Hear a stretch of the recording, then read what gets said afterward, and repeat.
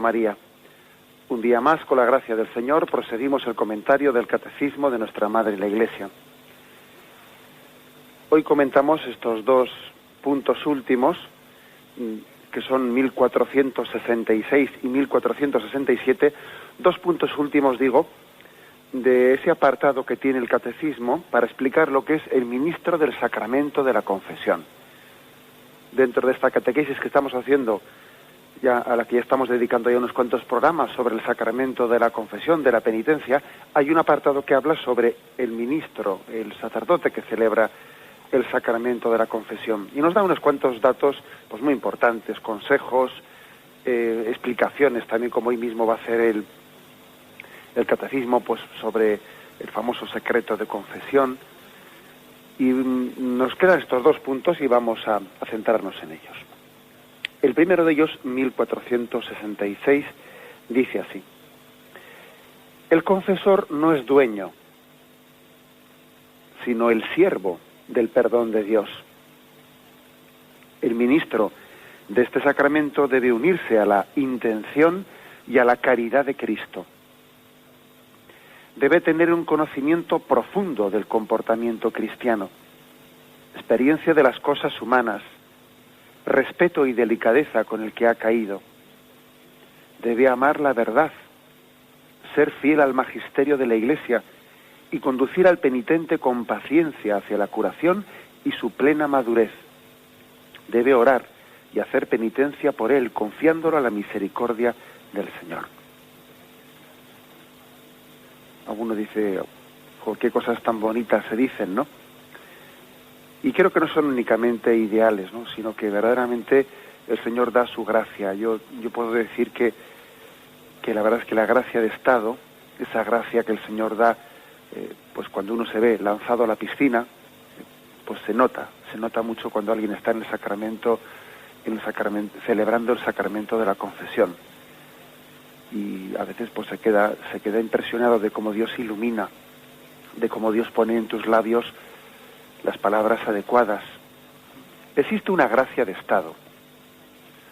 Y la gracia de Estado, pues, sencillamente es esa especie de configuración, asistencia que tiene el Espíritu Santo a aquellos que, pues que se han entregado a la vocación que Dios les dio, y aunque esa vocación supere sus fuerzas, supere sus capacidades, aunque se sientan impotentes, aunque en realidad ellos piensen en su interior, Dios mío, ¿a dónde voy?, que yo no soy capaz, sin embargo, se han confiado a la llamada de Dios, se han entregado a ella, y Dios les asiste con la gracia de Estado. Por eso no es bueno nunca, pues pensar en una vocación en términos de si yo me veo capacitado o no me veo capacitado. No es bueno pensar en esos términos, porque si Dios llama, Él ya te capacitará. El que te llama te capacitará. Él no te llama porque tú seas capaz, sino que al llamarte te hace capaz, o te pone en camino de serlo. Esto es muy importante, ¿eh? Esto es muy importante en la vida cristiana. Dios no ha llamado al sacerdocio a alguien porque le ha visto capaz para ello, sino que al llamarle, al elegirle gratuitamente, por eso precisamente pues le ha dado la gracia de Estado. Y esto también pasa especialmente con el sacramento de la confesión.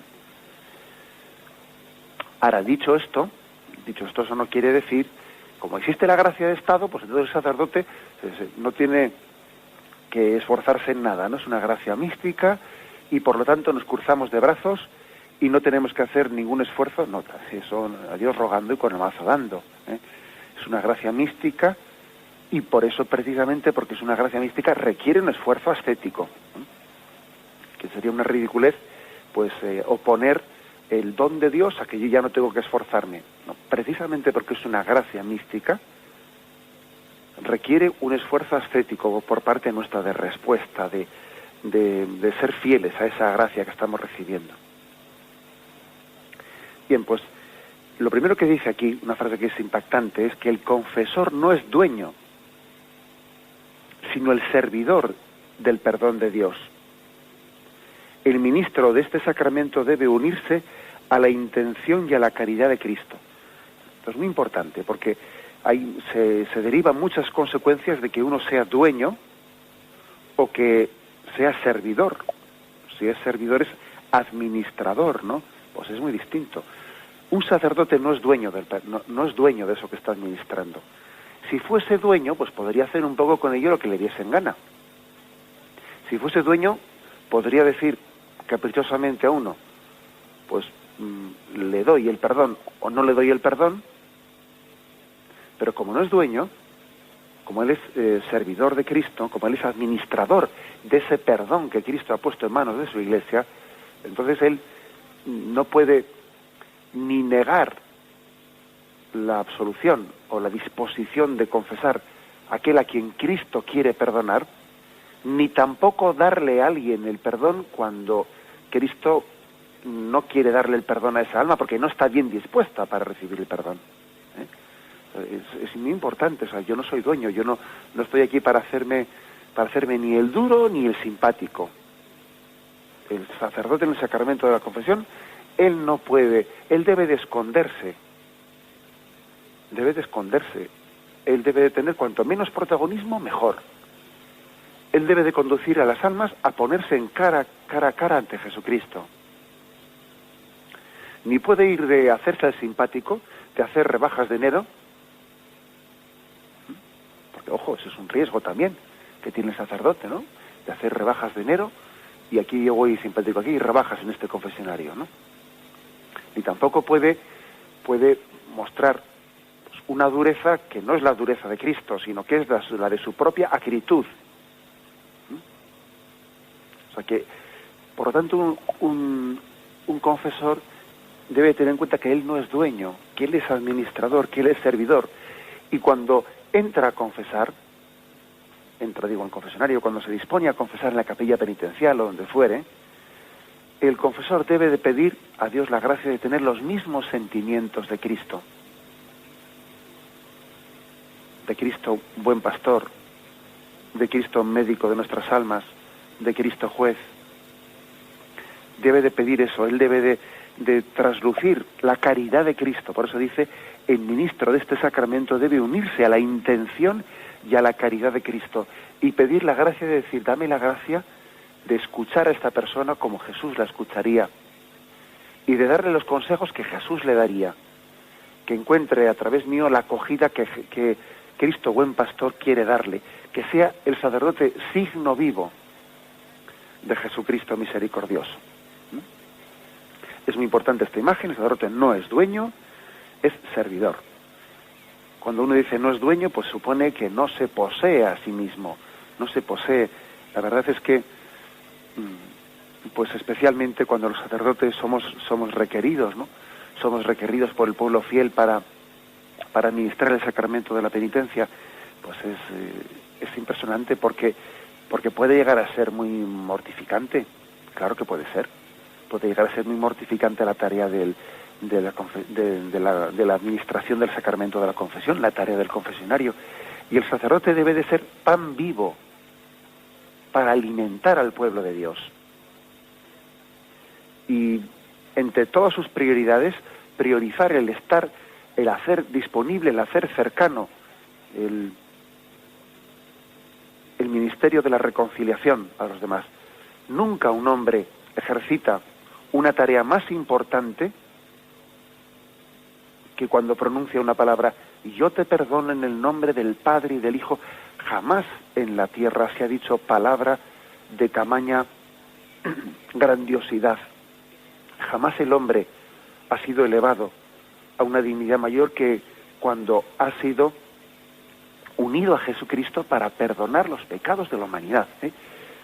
Por eso tenemos que pedir mucho por nuestros confesores, pedir mucho por nuestros sacerdotes, sabiendo que en ellos se está visibilizando el rostro misericordioso de Jesucristo, porque este mundo necesita misericordia, necesita el perdón de sus pecados.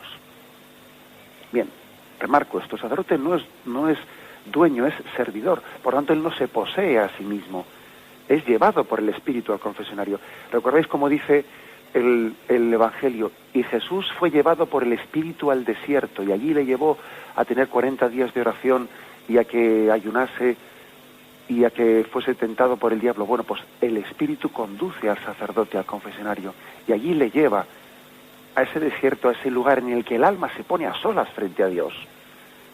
Y le lleva allí, a ese lugar en el que la gracia pelea contra el pecado y vence al pecado. El Espíritu conduce al sacerdote al sacramento de la confesión, a ese confesionario, donde va a servir a Cristo, donde va a ser un fiel servidor de Jesucristo. ¿Qué es lo que se pide, no, para el sacramento, para el confesor? Dice aquí que es, digamos, lo que un sacerdote debe de esforzarse como esfuerzo ascético para responder a esa gracia de Estado. Dice, debe tener un conocimiento probado del comportamiento cristiano, experiencia de las cosas humanas. Hasta aquí un comentario. Yo creo que ciertamente el sacramento de la confesión da mucha experiencia. Un sacerdote que sea fiel, estando muy a disponibilidad del pueblo de Dios para confesar los pecados, adquiere mucha experiencia. A veces se dice, no, pero qué experiencia tiene un cura. Pero si un cura, él no está casado, él no conoce los problemas de la familia, él no conoce tal y cual. A veces se acusa así, ¿no? Yo he escuchado ese tipo de cosas, ¿eh? Y la verdad es que cuando uno oye todo eso dice, bueno, tú no has pasado un montón de horas en el confesionario y tú no te das cuenta hasta qué punto el sacramento de la confesión es una atalaya, digo, ¿no? Es un lugar privilegiado, un balcón privilegiado para conocer al hombre bajo una perspectiva muy importante, que es la perspectiva de su interioridad. Porque fijaros, la gente tiene muchas formas de mostrar su vida, ¿no? Y yo creo que se le conoce al hombre mucho más en profundidad cuando abre su conciencia en el sacramento de la confesión, que no cuando, pues en el bar, o en la cafetería, o con los amigos, o en el chiquiteo, o aquí o allá, o en la taberna, ahí está hablando en voz alta. O sea, al hombre se le conoce mucho mejor en ese lugar de apertura de su interioridad. Por eso cuando se dice, no, el cura no conoce a la gente, y dice, mire usted, posiblemente el que no la conozca sea usted. Porque usted ha visto pues un aspecto muy exterior del hombre, en esa cierta convivencia diaria que tenemos, en la que tenemos mucha careta. A veces vivimos en un eterno carnaval vivimos, y a veces ese carnaval no termina hasta que no vamos al sacramento de la confesión y allí decimos Ave María Purísima y comenzamos a abrir nuestro hombre interior, y entonces termina el carnaval y nos desnudamos ante Dios. Por eso a mí me hace mucha gracia cuando se dice, es el cura, ¿qué experiencia va a tener si él no tiene, si no ha estado? Bueno, el sacramento de la confesión da una gran experiencia. A un sacerdote lo que se le puede pedir precisamente para que conozca las cosas es que tenga horas de vuelo en el confesionario, ¿no? Entre comillas, lo de horas de vuelo.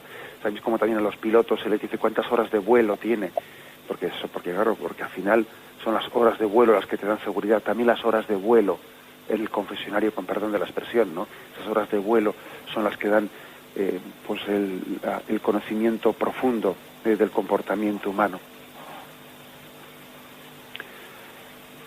Luego dice, ¿no? Respeto y delicadeza con el que ha caído.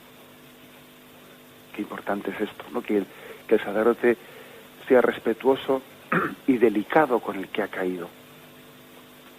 Suponiendo pues que el acudir al sacramento de la confesión pues supone ya un esfuerzo, supone también un acto de humillación, de humildad, de apertura de nuestro corazón, y el sacerdote debe de ser alguien que ayude en ese momento con el respeto y la delicadeza.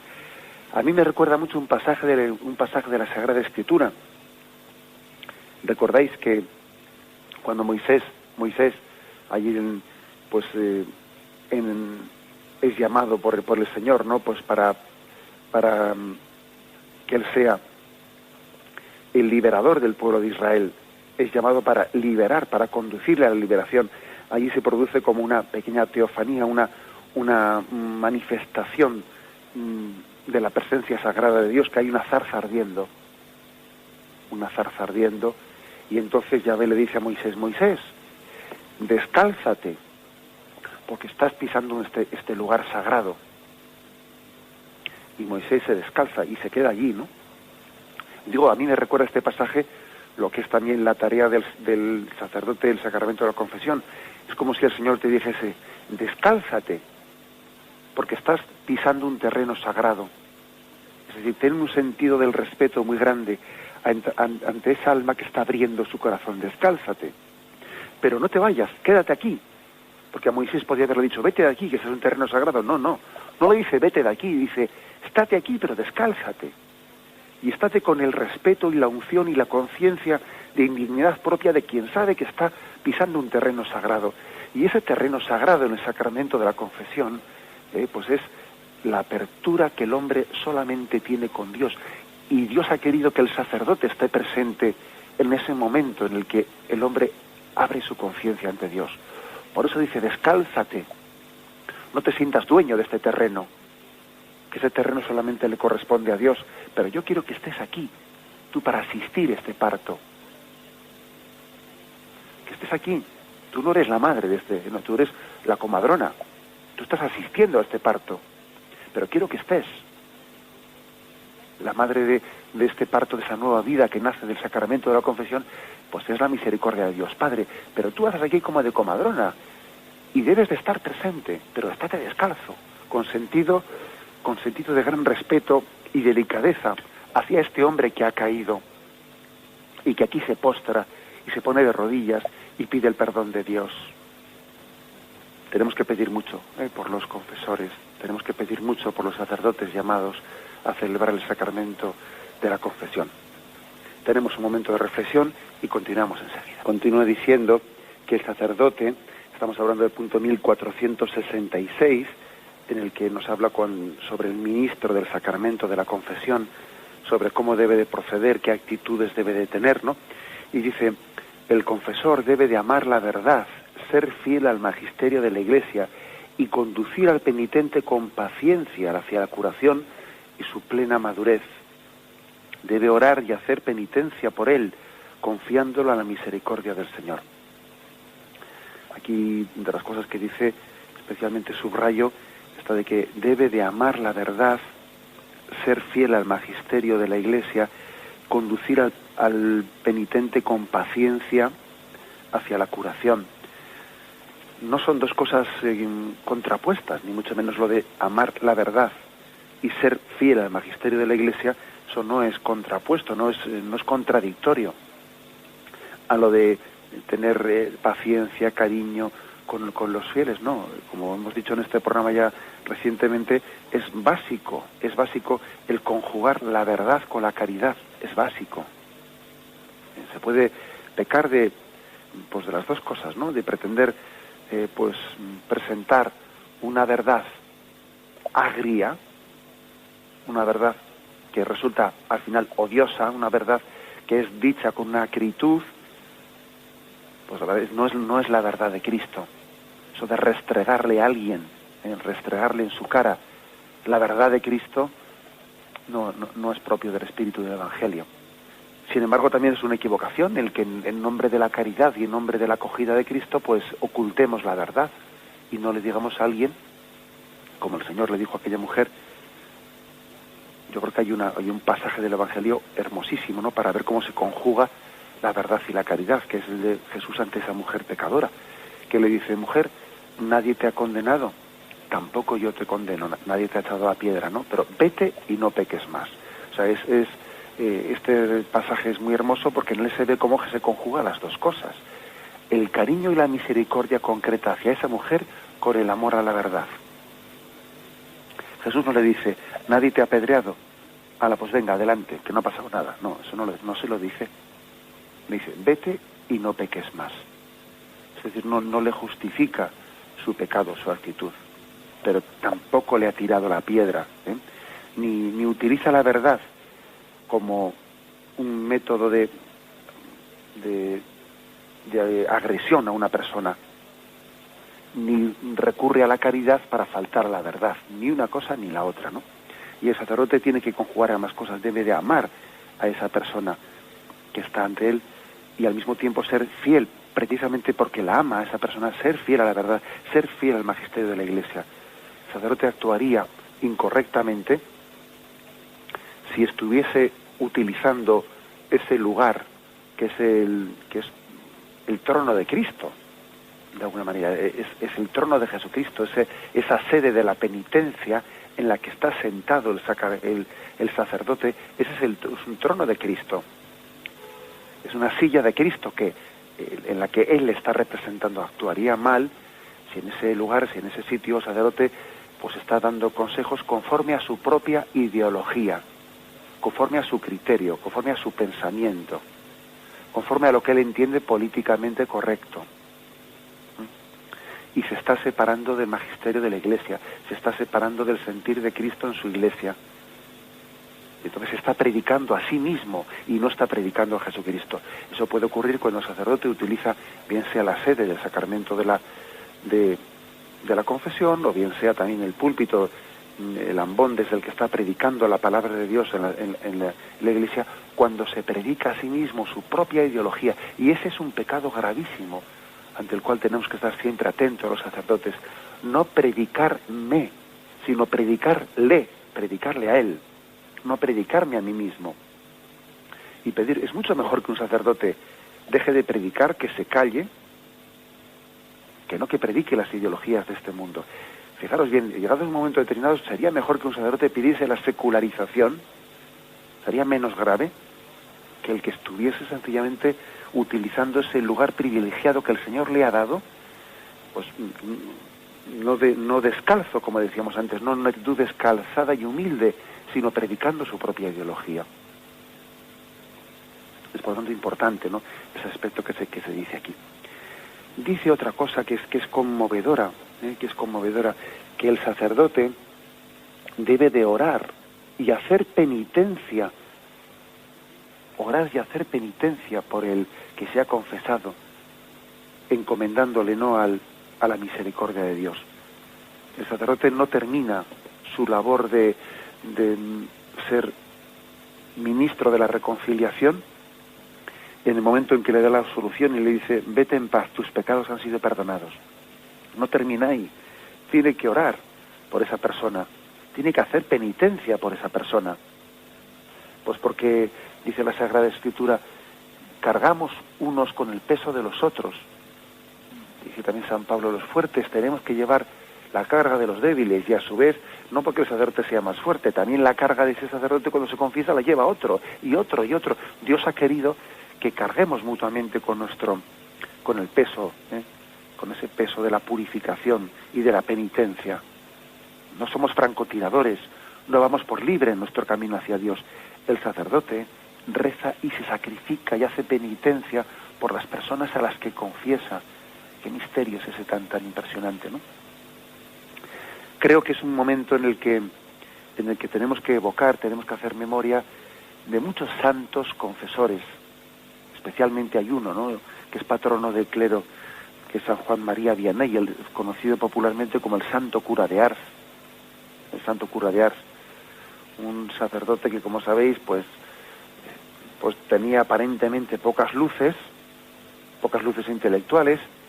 Le aprobaron así en una especie de amnistía de esas que a veces se hacen en los seminarios para que los que no tienen muchas luces también, pues puedan pasar. No parecía que estaba capacitado para aprender el latín de sus tiempos, y sin embargo Dios, por su humildad le hizo un maestro de almas, ¿no? Y llegó a confesar, llegó a tener en su pueblo, allá por 1845, hasta 300, 400 visitantes diarios. Fijaros lo que supone tener esos confesores, visitantes, digo penitentes, que iban a confesarse con él, ¿no? Fijaros lo que supone tener 300 o 400 confesiones, aparte de las que podéis saber del pueblo, que era un pueblo pequeño.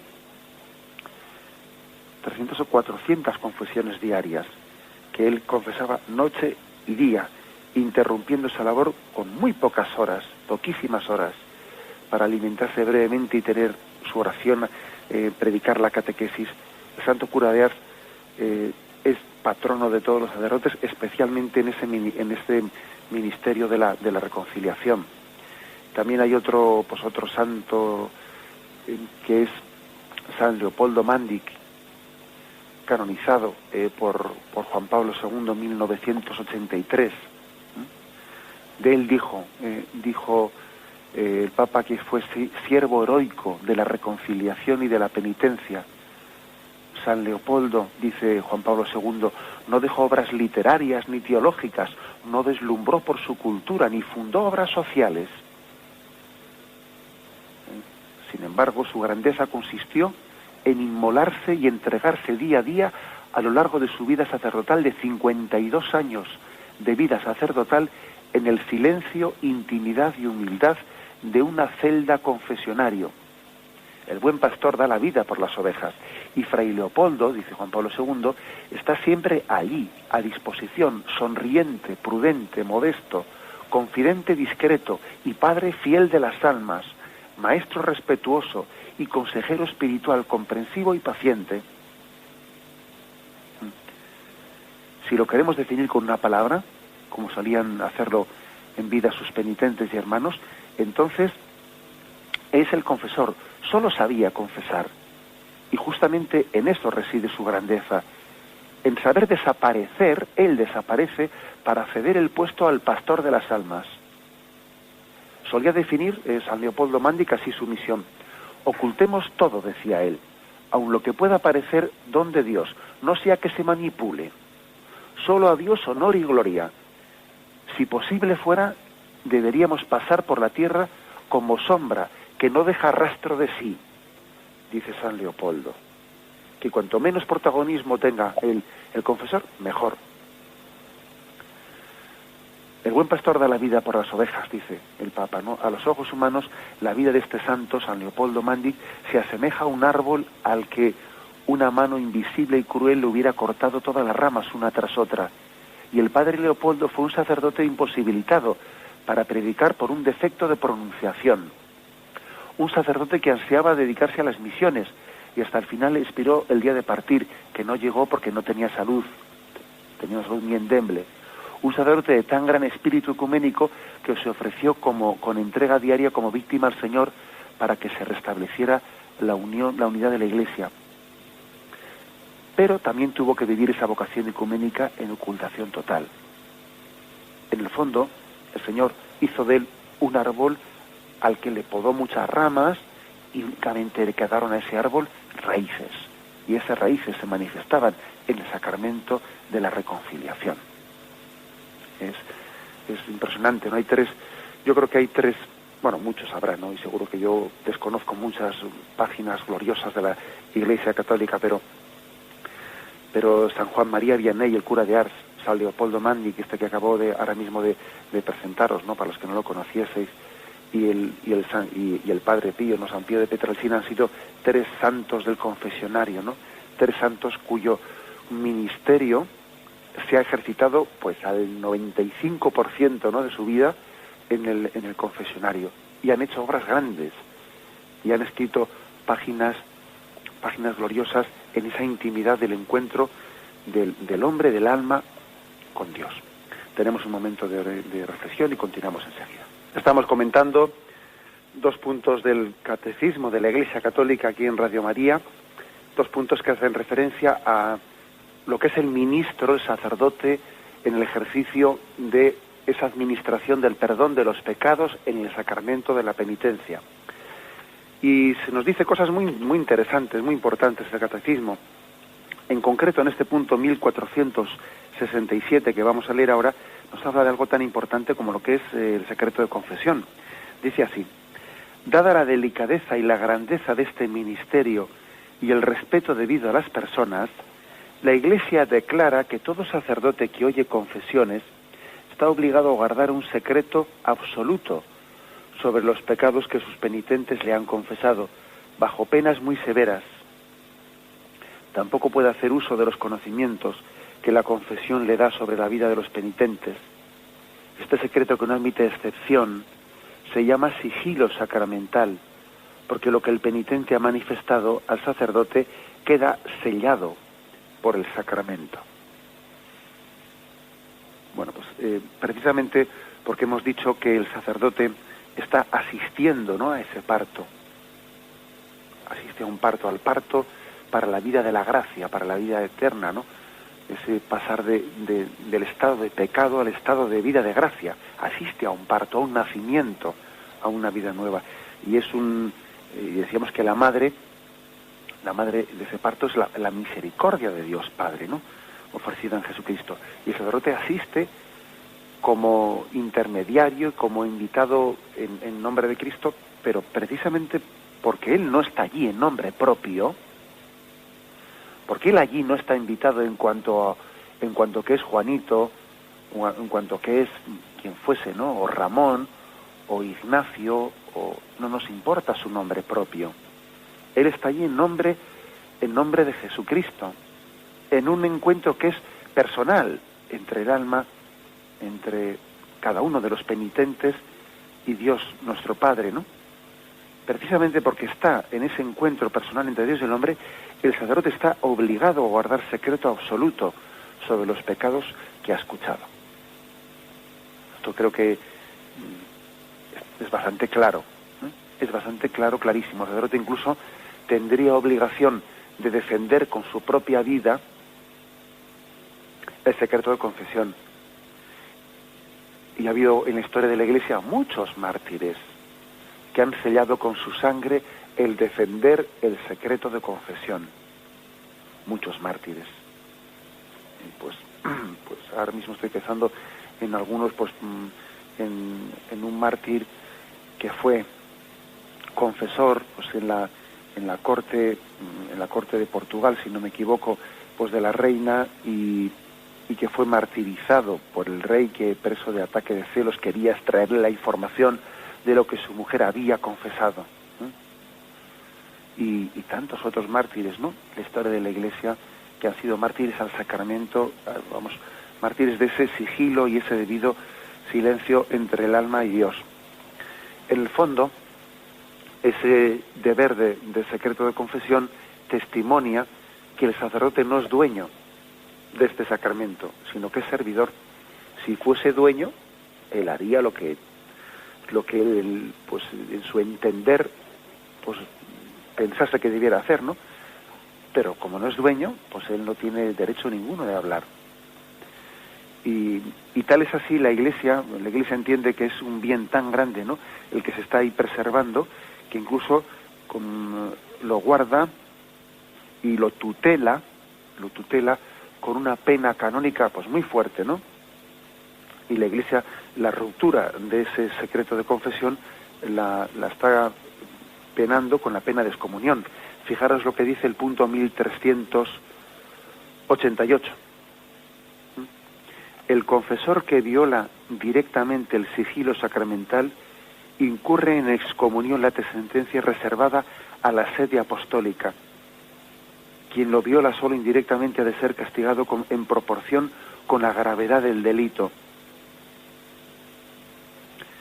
El intérprete y aquellos otros de los que se trata en el canon 933, si violan el secreto, deben ser castigados con una pena justa, sin excluir la excomunión.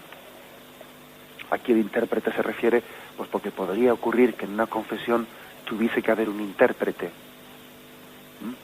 que también está obligado al sigilo sacramental. Pudiese ocurrir que en una circunstancia determinada el sacerdote tenga, no haya más remedio que echar mano de un intérprete de otro idioma, o un intérprete de signos, y ese intérprete a través del cual el sacerdote se comunica, pues está obligado también al secreto de confesión, y podría ser incluso castigado también con pena de excomunión, aunque no sea sacerdote, pero si ha sido intérprete, él en ese caso no se posee a sí mismo tampoco. ¿Por qué se preserva por qué es tan firme pues la Iglesia en una cosa como esta, declarando pena de excomunión? Incluso pena de excomunión que tiene que ser recurrida al Papa para poder ser levantada. O sea, es una pena de excomunión que no puede levantar el obispo, sino el Papa.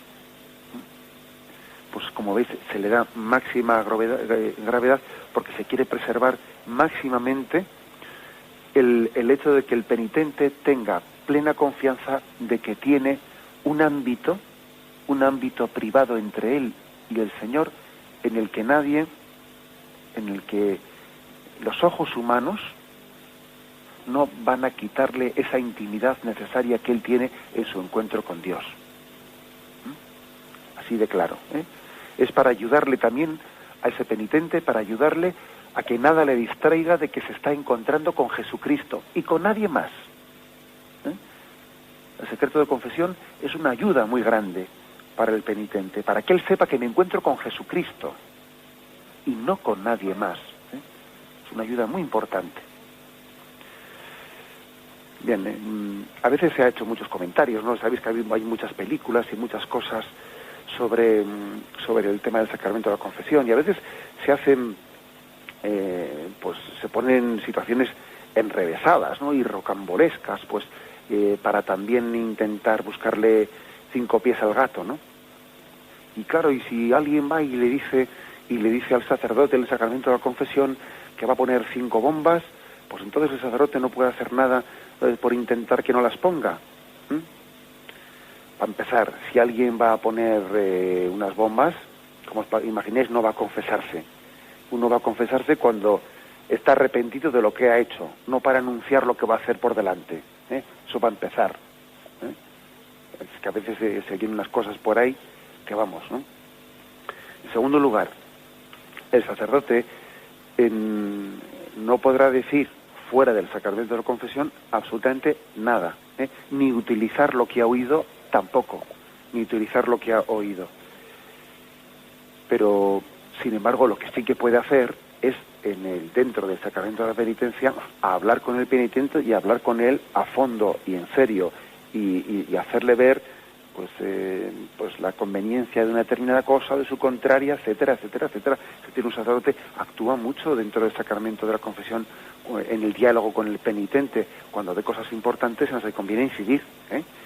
Digo esto porque es que es muy típico, ¿no? Pues que cuando se habla de este sacramento se pongan situaciones así, eso de película, ¿no? Y intentando buscarle 5 pies al gato, y el sacramento de la confesión no puede, el sigilo, el secreto de confesión no puede tener excepciones, ninguna. Es que si tuviese alguna, deja de existir el principio, porque si es un encuentro con Cristo, es un encuentro con Cristo.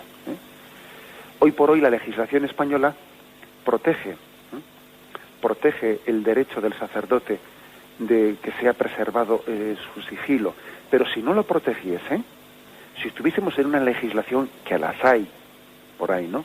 Una legislación que no protegiese el derecho del sacerdote de guardar su secreto, no importa, aunque hubiese una legislación que al sacerdote le pudiese llevar a la cárcel por guardar el secreto, iría y sería mártir del sacramento de la confesión, porque debería de guardar ese ámbito de intimidad entre cada uno de nosotros y Dios, un ámbito de encuentro personal que está sellado por el sacramento y está sellado por ese pacto y alianza personal que Dios tiene con nosotros. Bien, lo dejamos aquí. Nos despedimos con la bendición de Dios Todopoderoso, Padre, Hijo y Espíritu Santo, descienda sobre vosotros. Alabado sea Jesucristo.